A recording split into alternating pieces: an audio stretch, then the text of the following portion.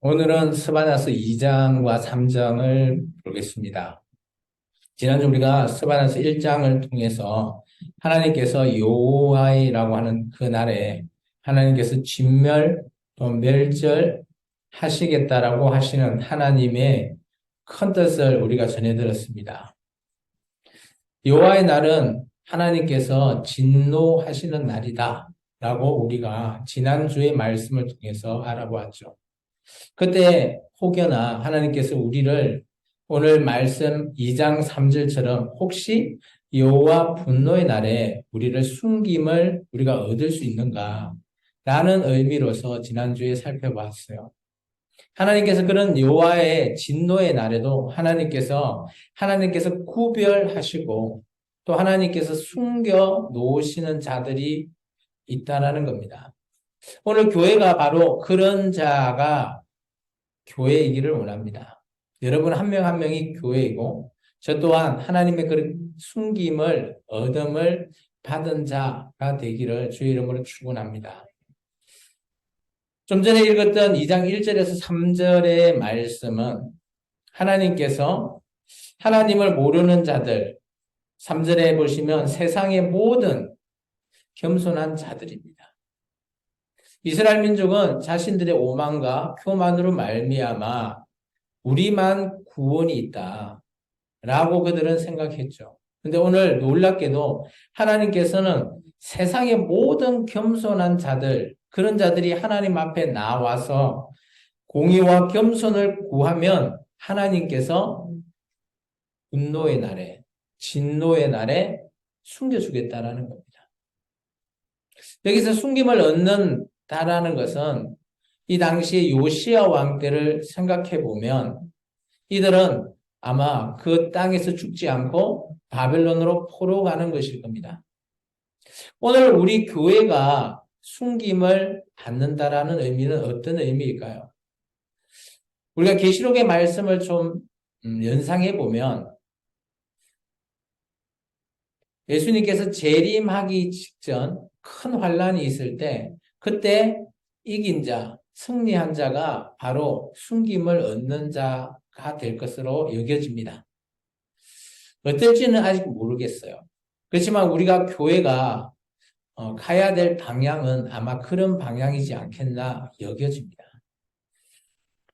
오늘 말씀을 통해서 하나님께서는 또 다른 계획을 세우십니다. 그 계획이 과연 무엇일까요? 그 계획은 우리가 4절에서부터 말씀을 볼 수 있습니다. 4절에서부터 7절의 말씀을 먼저 한번 읽어보겠습니다. 가산은 버림을 당하며 아스글론은 폐허가 되며 아스못은 베나에 쫓겨나며 에브론은 흑비리라. 해변 승인 그렛 족속에게 화 있을진저 우리 세 사람은 땅 가나안에 여호와의 말씀이 너희를 친하니 내가 너를 멸하여 승인이 없게 하리라. 해변은 풀밭이 되어 목자의 운막과 양떼의 우리가 거기에 있을 것이며 그 지경은 유다 족속은 남은 자에게로 돌아갈지라. 그들이 거기에서 양떼를 먹이고 저녁에는 아스글론 집들의 누우리니 이는 그들을 하나님 여호와가 그들을 보살피사 그들이 사로잡힘을 돌이킬 것입니다. 아멘. 여기서 또다시 얘기하고 있습니다. 여기는 4절에서 7절은 당시 블레셋 나라라고 하는 블레셋은 이렇게 여러 부족들, 도시로 이루어진 나라입니다. 그 나라들을 하나님께서 진멸시키는데 오늘 7절에 보시면 유다 족속의 남은 자에게로 돌아갈지라. 여기서 남은 자가 나오죠. 유다 족속의 남은 자. 우리가 스바나서에는 우리가 줄을 끊어야 될 키워드가 있습니다. 바로 남은 자입니다. 그리고 좀 전에 우리가 봤던 숨김을 얻는 자. 그런 자들 우리가 주목해 봐야 되죠. 왜냐하면 스바냐라고 하는 뜻이 여호와께서 숨겨주신다라는 뜻을 포함하고 있습니다. 그러면 놀랍게도 스바나라고 하는 그 선지자의 이름을 통해서 하나님께서 오늘 메시지를 전해주셨죠. 이게 스바나라고 하는 그 사람은 딱 이 당시 요시야 왕 때 딱 쓰임을 받을 수 있는 선지자로서 적절한 선지자라는 겁니다. 그래서 오늘 숨김을 얻는 자, 또 오늘 7절에 보시면 유다 족속의 남은 자에게 돌아가는 자, 그런 자들은 하나님께서 구원하신다라는 거죠. 하나님의 또 다른 계획은 이제 하나님의 백성인 그 나라, 오늘 유다가 멸망당하고요. 그리고 유다 주변에 있는 이웃 나라들이 멸망당하는 겁니다. 그 첫 번째가 블레셋이라고 하는 나라고요. 그리고 두 번째, 세 번째, 모압과 암몬의 멸망을 얘기하고 있습니다. 8절에서 11절입니다.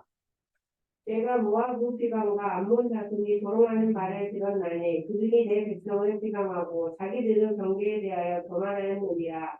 그러므로 만군의 여호와 이스라엘의 하나님이 말하노라. 내가 나의 책임을 두고 맹세하노니 장차 모압은 소돔 같으며 암몬 자손은 검사 같을 것이라. 신뢰가 나며 소금 구덩이가 되어 영원히 흩어지니 내 백성은 남은 자들이 그들을 노력하며 나의 남은 백성이 그것을 기업으로 얻을 것이다. 그들이 이런 일을 당할 것은 그들이 만군의 여호와의 백성을 해방하고 교만하였습니다. 여호와가 그들에게 두렵게 되어서 세상의 모든 신을 해악하게 하리니 이방의 모든 해변 사람들이 각각 자기 처소에서 여호와께 경배하리라. 아멘. 아멘. 오늘 9절에 또 다른 단어가 같이 또 키워드가 나옵니다. 남은 자들, 남은 백성. 줄을 꺼 놓으셔야 되죠. 오늘 스바나스는 남았다라고 하는 그런 자를 계속해서 어떻게 보면 우리가 소설이나 이런 것을 보면 그죠? 앞으로 일어날 얘기의 복선 같은 그런 키워드죠. 이게 스바나스는 남은 자, 남아있는 백성, 숨김을 얻는 자들 이런 자들을 하나님께서 반대로 생각해 보시면 하나님께서 간절히 원하시는 자다는 거죠. 하나님은 내 뜻대로 살아갈 수 있는 그런 자가 누굴까 하는 자들이 오늘 여기서 말하고 있는 남은 자, 숨김을 얻는 자라는 겁니다. 모압과 암몬에 대해서는 하나님께서는 어마어마하게 진노하신 것 같아요. 모압은 마치 소돔과 같이, 암몬은 마치 고모라 같은 그런 멸망을 하나님께서 예언하시죠. 왜 그런지 살펴보면 8절의 중간에 보면 하나님의 백성을 비방했다는 거죠. 그리고 그들 자신들이 너무 잘 나가니까 교만했다라는 겁니다. 저는 오늘날 교회에 이 단어들 정말 우리에게도 경각심을 주는 단어라고 봅니다. 마치 우리 교회에 나온 우리만이 구원이 있다. 그렇게 생각하십니다. 뭐 틀린 것은 아니죠.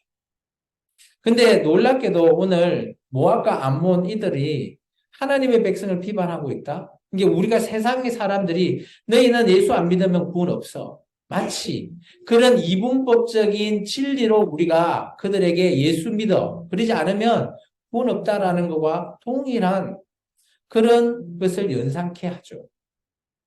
그렇다면 그렇게 우리가 복음을 전하는 것이 옳으냐라고 물어보면 저는 반은 많고 반은 틀리다라고 말하고 싶습니다.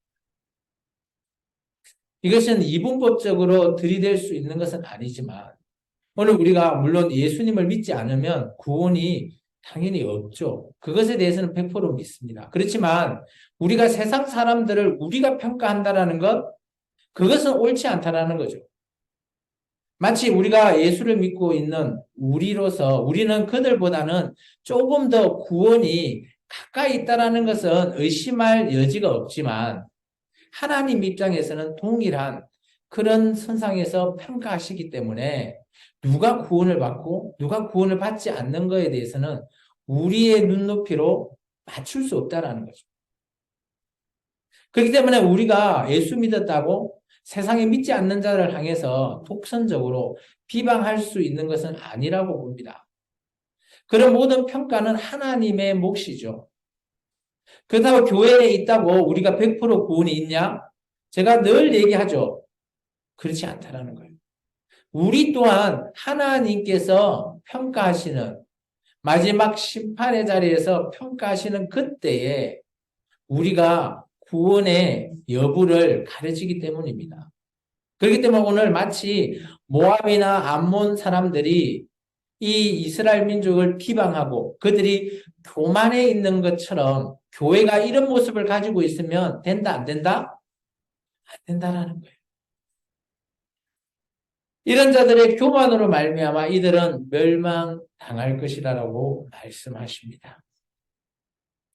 그리고 이제 또 나머지 구스 사람과 또 이 당시 북이스라엘을 멸망시킨 아수르에 대해서 또 예언을 하고 있습니다. 우리 12절부터 15절까지 말씀을 읽어보겠습니다. 구스 사람들아 너희도 내 칼에 죽임을 당하리라. 여호와가 북쪽을 향하여 손을 펴서 아수르를 멸하며 니느웨를 황폐하게 하여 사막같이 메마르게 하리니 각종 짐승이 그 가운데에 때로 누울 것이며 강화와 거슴도치가 그 기둥 꼭대기에 깃들이고 그것들이 창에서 올 것이며 문턱이 적막하리니 백향목으로 지은 것이 벗겨졌습니다. 이는 깊은 성이라 염려 없이 거주하며 마음속에 이르기를 오직 나만 있고 나 외에는 다른 이가 없다 하더니 어찌 이와 같이 행패하여 들짐승이 엎드릴 곳이 되었는고 지나가는 자마다 비웃으며 손을 흔들리로다. 네. 아멘.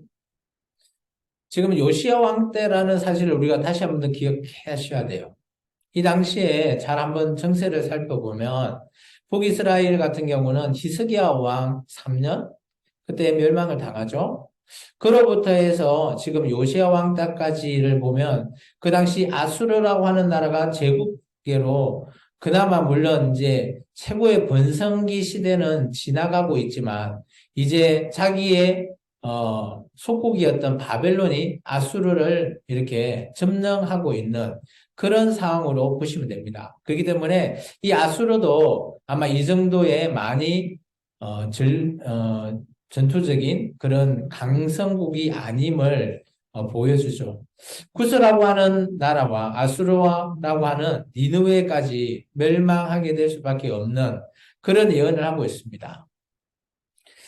이때 하나님께서는 이렇게 얘기하십니다. 15절에 보시면 오직 나만 있고 나 외에는 다른 이가 없다.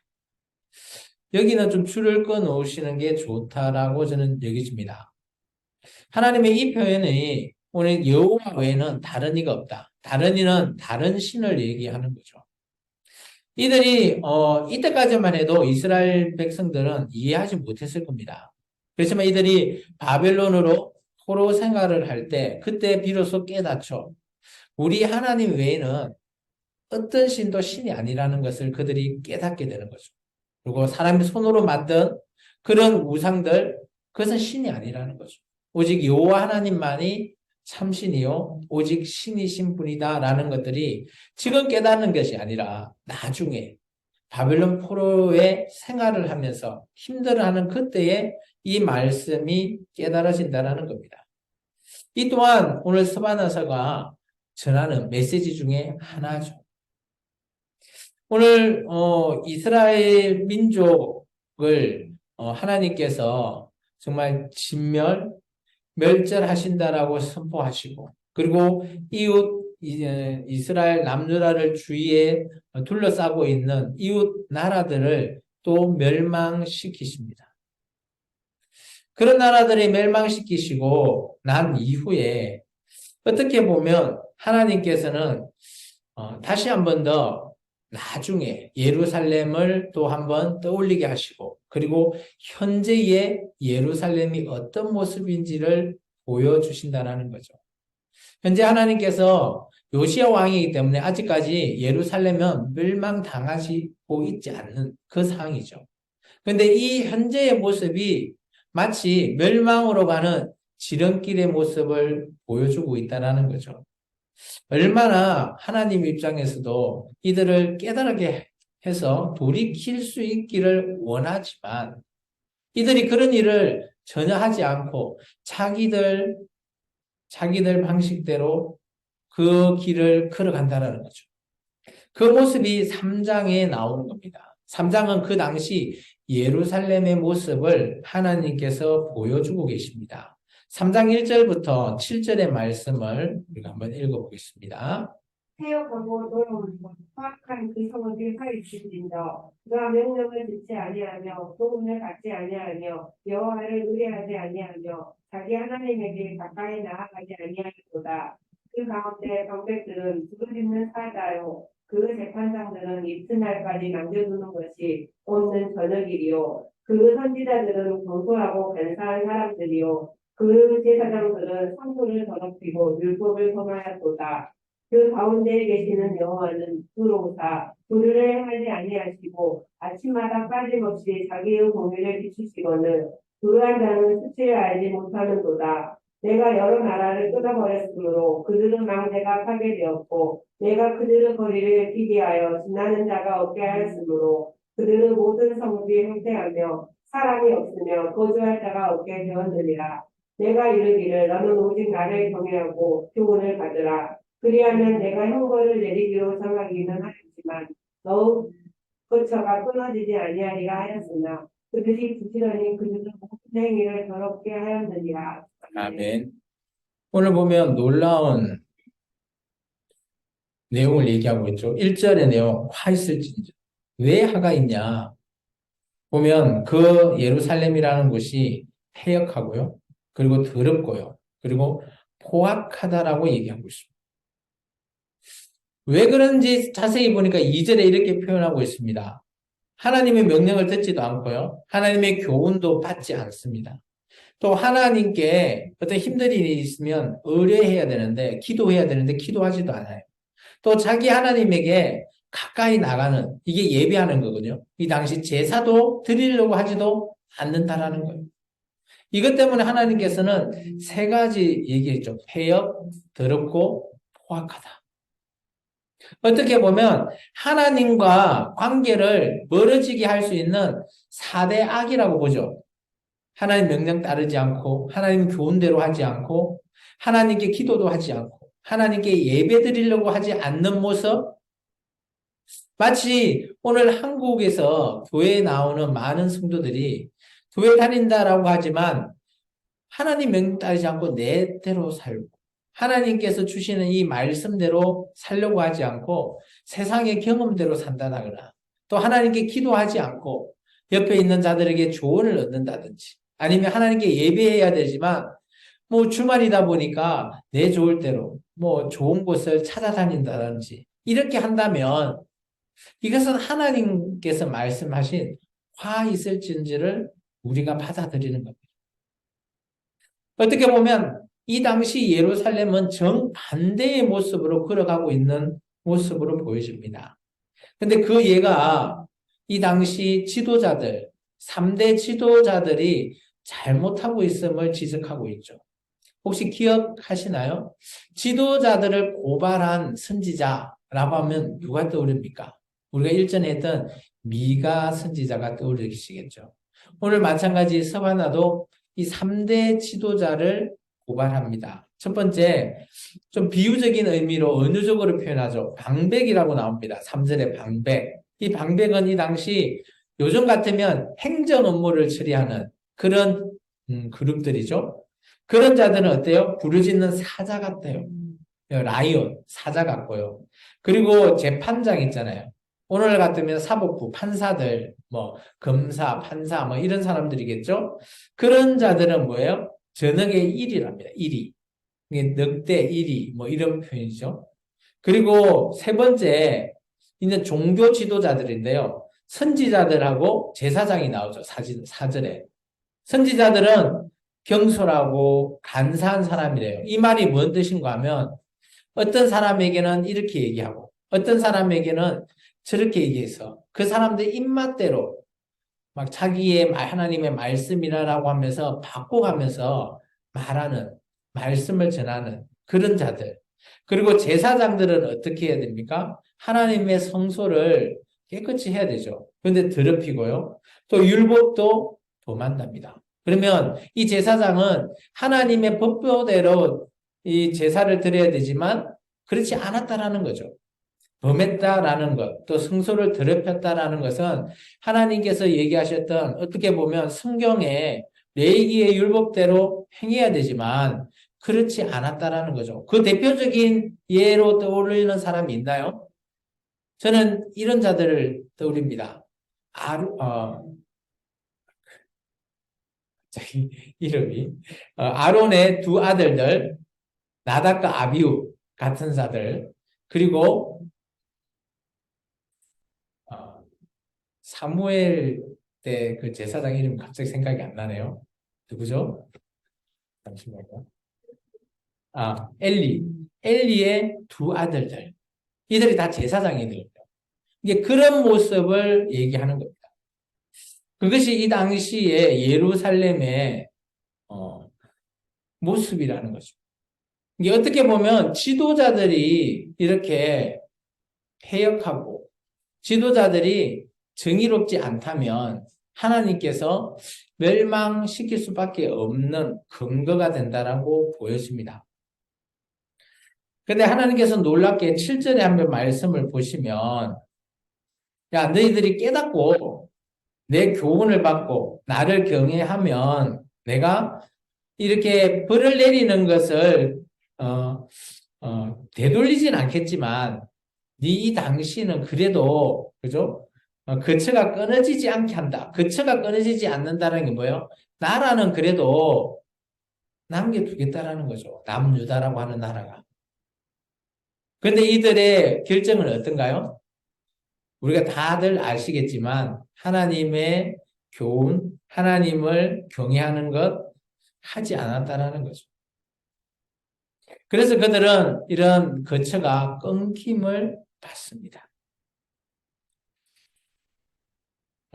그러면서 결과를 얘기하죠. 8절 한번 읽어 주시겠습니까? 나 여호와가 말하노라. 그러므로 내가 일어나 보라색깔까지 너희는 나를 기다리라. 내가 뜻에 정하고 나의 풍노와 모든 진노를 쏟으려고 여러 나라를 소집하며 왕족들을 모으리라. 온 땅이 나를 질투로 부여 손절되리라. 오늘 8절의 내용을 보면 하나님께서 질투하시는 하나님. 그래서 질투의 불로 어떻게 하신다고요? 멸하시겠대요. 소멸하겠다. 어떻게 보면 3절 1절에 나오는 화 있을진저의 그 결과는 소멸이라는 겁니다. 오늘 여기에 하나님의 속성을 우리가 하나 떠올려 보셔야 됩니다. 하나님께서는 어떠하신 하나님이시라고요? 질투하시는 하나님. 여러분, 하나님은 좋으신 하나님 아닌가요? 많이 참으시는 하나님 아닌가요? 오늘 놀라운 거는 하나님도 질투하신다는 겁니다. 근데 그걸 불로서 소멸시킨다라는 겁니다. 제가 계속해서 여러분에게 얘기하고 있지만 하나님이 불로 나와서 태우는 것, 그것은 재물일 때는 하나님께서 흠양 받으시는 거지만 하나님께서 이렇게 불로 나와서 사람이나 나라를 불로 태운다라는 의미는 소멸, 완전히 사라지게 만드시겠다라는 거예요. 안 좋은 의미입니다. 그래서 우리가 성령님을 가리켜서 마치 불과 같은 혀 이렇게 얘기하죠. 불은 아니에요. 그래서 우리가 잘못된 표현을 쓸 수 있습니다. 성령의 불 받아라. 이것은 저는 이렇게 해석하고 싶습니다. 물론 성령님의 그런 마치 불과 같은 은사, 불과 같은 능력을 받아라 이런 의미로 받아진다라는 것은 많지만 오해할 수 있는 거죠. 성령의 불 받아라 라고 하면 정말 문자 그대로 해석을 하면 하나님의 불과 똑같거든요. 그렇기 때문에 우리가 그냥 멸망당한다는 거죠. 그래서 우리가 성령의 불 받아라 라는 표현은 자제해 주시면 좋을 것 같습니다. 그리고 나서 하나님께서 이제 9절부터는 8절까지는 현재의 예루살렘, 9절부터는 언젠지는 모르겠지만 하나님께서 회복시키실 예루살렘을 말씀하고 있습니다. 우리 9절부터 13절 말씀까지 한번 읽겠습니다. 그때에 내가 여러 백성이 이스라엘에게 승계하여 그들이 다 여호와의 이름을 부르며 내게 하리니 내가 구하는 백성들 곧 내가 흩은 자들의 딸이 보스강 건너편에서부터 애물을 가지고 와서 내게 바칠지라. 그날에 내가 내게 범죄한 모든 행위로 말미암아 수치를 당하지 아니할 것은 그때에 내가 내 가운데에서 교만하여 자랑하는 자들을 제거하여 내가 나의 성산에서 다시는 교만하지 않게 할 것이니라. 내가 공고하고 가난한 백성을 내 가운데에 남겨두리니 그들이 여호와의 이름을 부탁하여 보호를 받을지라. 이스라엘의 남은 자는 나를 해하지 아니하며 거짓을 말하지 아니하며 이들 거짓된 혀가 없으나 보고 누리지라도 그들을 그렇게 할 자가 없으리라. 아멘. 오늘 하나님께서 꿈꾸는 아니면 하나님께서 회복시키실 그날, 오늘 구절을 보면 그때라고 있죠. 이때는 언제인지 알 수 없습니다. 뭐 미래적인 예루살렘의 회복을 가리키죠. 놀라운 것은 이때 여러 백성입니다. 여러 백성. 그래서 이스라엘 민족 플러스 이방인을 포함하고 있죠. 그래서 저는 이때, 그때라고 하면 교회 아닌가라고도 생각해 볼 수 있다고 봅니다. 교회 여러 백성이 하나님의 이름을 부르죠. 지금 교회 맞잖아요. 우리도 여호와 하나님을 이름을 부르잖아요. 그리고 하나님 앞에 나와 하나님만 섬긴다. 맞잖아요. 그래서 오늘날 교회의 회복의 모습으로도 보이고요. 교회의 모습. 아니면 정말 예루살렘에서 또 많은 유대인 플러스 이방인들이 한자리에 모여서 하나님께 이렇게 드릴 수 있는 그때의 예루살렘 모습이라고도 보여지죠.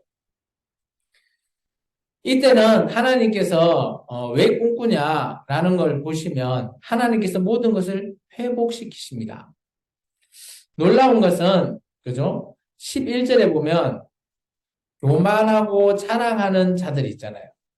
이런 자들은 하나님께서 제거해 버리십니다. 그래서 우리가 이 땅을 살아갈 때 우리는 교만하면 안 되는 거죠. 언제나 겸손할 필요 있습니다. 여기서 이제 교만이라고 하면 여러 가지 의미가 있지만 물론 그런 의미를 포함하고 있지만 저는 좀 여기서 교만이라는 것은 하나님 앞에 무릎 꿇는 경외한 그것을 하지 않는 것을 교만이라고 저는 보여집니다. 그리고 자랑하는 것 여기서 자랑이라고 하는 것은 우리가 남들한테 자랑하는 뭐 좋은 의미도 있겠지만 여기서 말하는 것은 나쁜 의미를 가리키는 거죠. 그래서 그런 자들을 하나님께서 제거한다라는 거예요. 왜 그런 거 보니까 12절에 보면 교만하고 자랑하는 자 반대인 사람들의 모습을 보여주고 있습니다. 어떤 자들입니까? 공고하고 가난한 백성들. 여기는 줄을 좀 끊으면 좋겠어요. 예수님께서 산상수훈 하시잖아요. 마태복음 5장부터. 그때 팔복을 예수님께서 이런 자들은 복이 있다 라면서 팔복하시잖아요. 그때에 가난하고 그죠? 공고하고 긍휼한 자, 뭐 그런 자들 막 등장을 시키시죠. 그런 자들에게 오늘 얘기하는 그 모습, 이게 회복된 이런 예루살렘에서는 이런 자들이 하나님께서 보호하시겠다라는 겁니다. 마치 우리가 늘 우리는 공부하면서 그리고 가난한 백성으로서 그래서 하나님 앞에 나아가며 예배하는 자 그런 자가 되어야 된다라고 보여주죠. 다윗도 시편에 보시면 자기를 가난한 자라고 소개합니다. 우리가 가난한 자라고 하면 뭐 부를 이렇게 부자가 아닌 그런 가난한 자라고도 생각할 수 있겠지만 여기서 가난한 자는 다윗을 비유해 보면 어떤 자인가요? 다윗은 왕으로서 부자인데 본인을 가난한 자래요. 왜냐? 자기는 언제나 하나님 앞에 이런 자로 무릎 꿇고 가난한 자로 그죠? 하나님 앞에 늘 하나님 앞에 경외하는 자의 모습을 살아가기 위한 그런 것을 통해서 본인을 가난한 자라고 표현했듯이 오늘날 저와 여러분도 물론 뭐 돈이 없어서 가난하다라고 할 수도 있겠지만 언제나 우리가 하나님의 말씀 앞에는 늘 가난해서 하나님의 말씀을 늘 받기를 원하는 그런 자의 모습에 여러분이 되시기를 생각해서 이런 말씀으로 여러분이 받아들이는 것이 좋을 듯 합니다. 그리고 13절에 보면 이스라엘의 남은 자라고 있죠. 여기도 줄을 끊으셔야 되죠. 이게 늘 이게 12절과 이어가면 공고하고 가난한 백성이 바로 이스라엘의 남은 자라는 겁니다. 이때 하나님께서는 이스라엘을 회복시키시겠다라는 것을 얘기하고 있죠. 그리고 그들에게 이렇게 말씀하십니다. 너희는 정말 기뻐해라는 거예요. 즐거워해라라는 거죠. 왜냐? 너희 하나님께서 너희와 함께 계신다라는 것을 말하고 계십니다.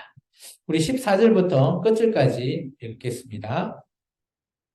시온에 따라 노래할지어다. 이스라엘아 기쁘게 부를지어다. 예루살렘 따라 전심으로 기뻐하며 즐거워할지어다. 여호와가 내 흉보를 제거하였고 내 원수를 쫓아냈으며 이스라엘 왕 여호와가 내 가운데 계시니 내가 다시는 화를 당할까 두려워하지 아니할 것이라. 그날의 사람이 예루살렘에 이르기를 두려워하지 말라. 시온아 내 손을 늘어뜨리지 말라. 너의 하나님 여호와가 너의 가운데에 계시니 그는 구원을 베푸실 전능자이시라. 그가 너로 말미암아 기쁨을 이기지 못하시며 너를 잠잠히 사랑하시며 너로 말미암아 즐거이 부르며 기뻐하시리라 하리라. 내가 절기로 말미암아 근심하는 자들을 모으리니 그들은 내게 속한 자라. 그들에게 지어진 짐이 치욕이 되었느니라. 그때 내가 너를 괴롭게 하는 자를 다 벌하고 저는 자를 구원하며 쫓겨난 자를 모으며 온 세상에서 수욕받는 자에게 칭찬과 명성을 얻게 하리라. 내가 그때 너희를 이끌고 그때 너희를 모으시라. 내가 너희의 목전에서 너희의 사로잡힘을 부딪힐 때 너희에게 천한 만민 가운데서 명성과 칭찬을 얻게 하리라. 여호와의 말이니라. 아멘. 우리 복음성가에 이런 찬양이 있죠. 너의 하나님 여호와가 너의 가운데 계시니. 오늘 우리가 복음성가 저는 이제 예전에 많이 좀 불렀는데 아무 생각 없이 그냥 불렀어요. 참 좋은 뜻만 있죠. 오늘 17절에 나오는 거요. 하나님께서 구원을 베푸시고 또 하나님께서 그죠? 전능자시기 때문에 우리 가운데 계셔서 정말 우리의 구원이라고 하는 것을 이루어 주시는 하나님. 그러면서 참 기쁘게 불렀습니다. 근데 오늘 말씀을 좀 돌이켜 보면 하나님께서 우리와 함께 계신다라는 것, 근데 하나님은 언제나 우리와 함께 계셨어요. 오늘 이스라엘 민족이 악을 행하고 있을 때도 하나님이 함께 계셨고요. 또 하나님께서 오늘 이스라엘을 회복시켰을 때도 함께 계신다라는 거예요. 그래서 하나님께서는 언제나 우리와 함께 계신다는 사실을 여러분은 꼭 기억하셔야 되고요. 또 이 가운데 계셨을 때, 그죠? 하나님께서는 오늘 공고하고 가난한 백성, 그런 자를 보호하신다는 것이죠. 그리고 그에 반대되는 교만하고 자랑하는 자들, 그런 자들은 하나님 앞에 정말 나중에 심판받을 때 불의 심판을 받지 않나라고 여겨집니다. 14절과 15절에 보시면 시온에 따라 예루살렘에 따라 기뻐하고 즐거워하라. 왜냐하면 하나님께서 형벌을 제거하셨다. 아마 이때는 마지막에 심판의 때이지 않겠나라고 여겨집니다. 아니면 천년 왕국 때나 아니면 우리가 하나님 앞에 마지막 심판을 받을 그때이지 않겠나 여겨지죠. 그때 하나님께서 우리 가운데 계시기 때문에 우리가 뭐 화를 당하거나 두려워하거나 그럴 필요 전혀 없다라는 겁니다. 하나님이 우리의 손을 잡으시는 그런 하나님이라고 하나님께서 말씀하고 계시는 겁니다. 놀라운 것은 오늘 19절과 20절에 봐보시면 그때에 오늘 보면 우리를 괴롭게 하는 자, 그런 자들을 다 벌하시고요. 또 우리가 저는 자에게 구원을 주시고 쫓겨난 자에게 하나님께서 우리를 모아주시고 또 온 세상에서 치욕을 수치를 당한 자에게 하나님께서 오히려 칭찬과 명성을 얻게 하겠다. 이 말은 하나님의 아까 얘기했던 12절 공고하고 가난한 백성들에 대한 하나님의 응답이죠. 오늘날 교회가 이런 모습으로 나아가야 될 줄 저는 믿습니다. 물론 하나님께서 언젠가 심판 그때에 이렇게 우리를 회복시켜 주시기 때문에 현재 우리가 이 땅에서 공고하거나 가난하더라도 우리가 정말 더 가치 있는 인생으로 살아갈 수 있는 이유가 되기 때문이라 여겨집니다. 그래서 오늘 우리가 스바나스를 통해서 하나님 앞에 제발 좀 돌이켜라 라고 하는 그런 이스라엘 민족의 말씀을 우리가 익히 보았는데요. 오늘 20절에 내가 너희 목전에서 너희의 사로잡힘을 돌이킬 때에 하나님은 언제나 지금 여호와의 날에 진노하시는데 하나님의 이 진노가 돌이키실 때가 언젠가 있으시겠다라는 거죠. 그때 오늘 하나님께서 모든 천하 만민의 가운데서 너희를 칭찬하고 그죠? 너희를 명성을 올려주는 그날이 있을 거다라는 거죠. 그래서 오늘 우리가 스바나서는 어떻게 보면 이스라엘 민족에게 하신 말씀이고요. 그런데 여기 중간중간에 보면 이스라엘 민족뿐만 아니라 온 세상에 있는 민족, 하나님을 경외하는 그런 자에게는 하나님께서 보호하시고 함께 하실 그 날이 있을 거라라고 다시 한 번 더 말씀하십니다. 저는 그 날이 지금의 교회일 수도 있고요. 또 더 나아가서 나중에 하나님 앞에 심판을 받을 그날에 오늘 하나님 앞에 남은 자로서 우리가 하나님의 뜻을 잘 이어받아 이 땅에서 하나님이 원하시는 삶, 뜻하시는 삶을 잘 이루어 나가는 저와 여러분의 모습이 되기를 주의 이름으로 축원합니다. 그래서 우리가 이번 주 이후에도 정말 오늘 이후에 이번 주 삶을 살아갈 때 정말 하나님 앞에 이런 경외하는 모습으로 가난하고 공고한 그런 자로서 언제나 긍휼을 입을 수 있도록 열심히 주님의 뜻에 맞게 살아갈 수 있는 저와 여러분이 되기를 주의 이름으로 축원합니다. 기도하겠습니다. 주님 감사합니다.